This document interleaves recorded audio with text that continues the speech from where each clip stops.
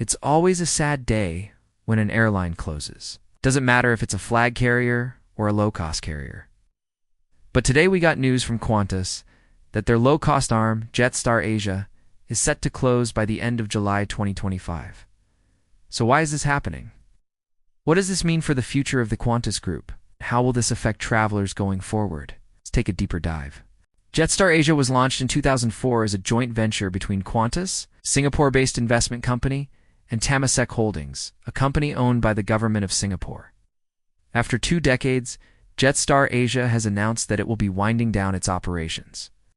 On July 31, 2025, this decision comes after careful consideration and extensive efforts to explore all possible options for the business.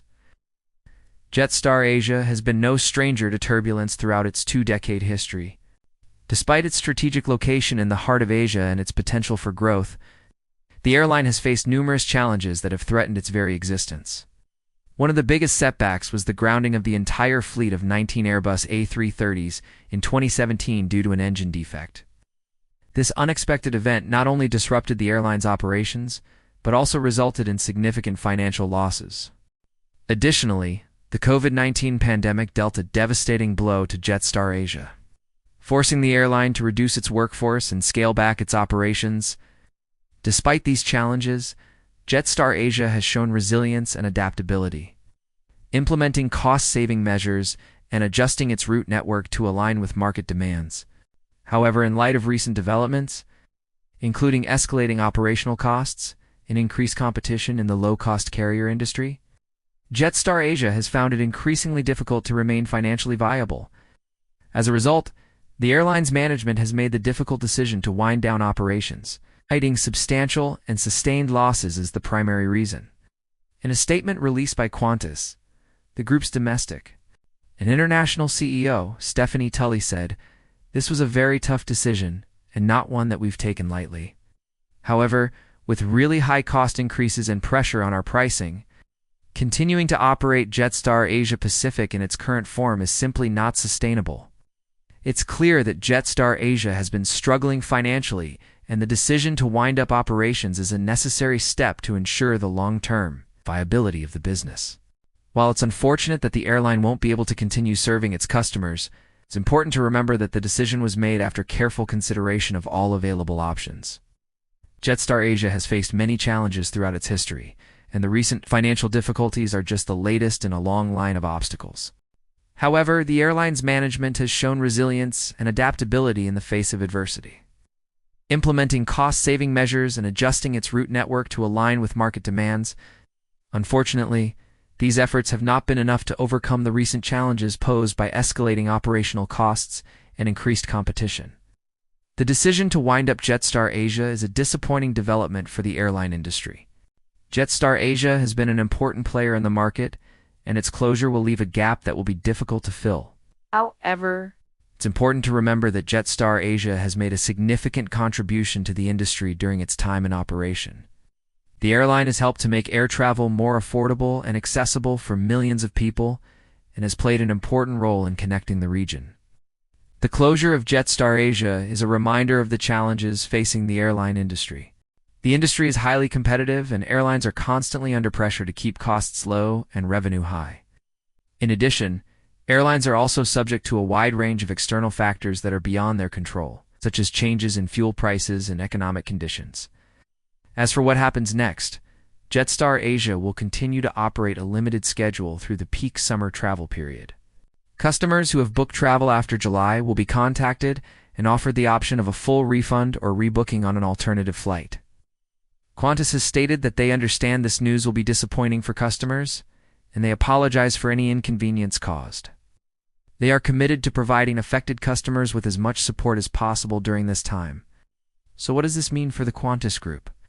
Well, as mentioned, the decision to close Jetstar Asia was driven by several factors, including rising fuel prices, increased competition, and the inability to generate consistent profits.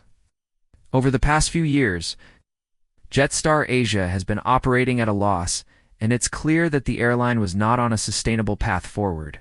By closing Jetstar Asia, Qantas can focus its resources on more profitable areas of its business. Qantas has stated that the decision to close Jetstar Asia was a difficult one, but it's necessary to ensure the long-term health of the business. The group's domestic and international CEO, Stephanie Tully, said, "We've looked at a number of options.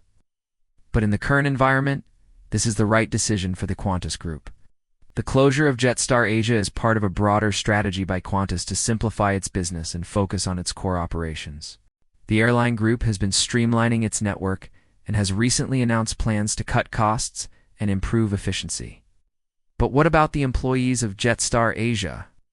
Well, Qantas has stated that it will offer all affected employees fair and generous packages, including redundancy pay and outplacement services. The airline group has also committed to working closely with the employees to ensure a smooth transition. Overall, the closure of Jetstar Asia is a significant development for the Qantas Group. The airline group has been in operation for nearly a century, and the closure of one of its key business units is a major event. However, Qantas is a resilient business, and it's clear that the airline group is committed to taking the necessary steps to ensure its long-term success. The closure of Jetstar Asia will allow Qantas to focus its resources on more profitable areas of its business and to improve its overall financial performance. For the customers of Jetstar Asia, the closure of the airline will undoubtedly be disappointing. However, Qantas has stated that it will do everything possible to support affected customers during this time. The closure of Jetstar Asia is a reminder of the challenges facing the airline industry. The industry is highly competitive, and airlines are constantly under pressure to keep costs low and revenue high. However, Jetstar Asia has made a significant contribution to the industry during its time in operation, and its closure will leave a gap that will be difficult to fill. Jetstar Asia has helped to make air travel more affordable and accessible for millions of people, and has played an important role in connecting the region. The closure of Jetstar Asia is a sad day for the airline industry. However, it's also an opportunity for the industry to learn and adapt.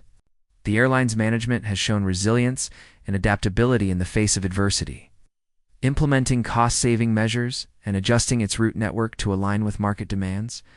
Perhaps another airline will come in and fill the void left by Jetstar Asia, offering affordable and accessible air travel to the people of Asia. What are your thoughts on the closure of Jetstar Asia? Let us know in the comments below. And if you're interested in learning more about the airline industry, be sure to subscribe to our channel. Thank you for watching. Have a great day and see you next time.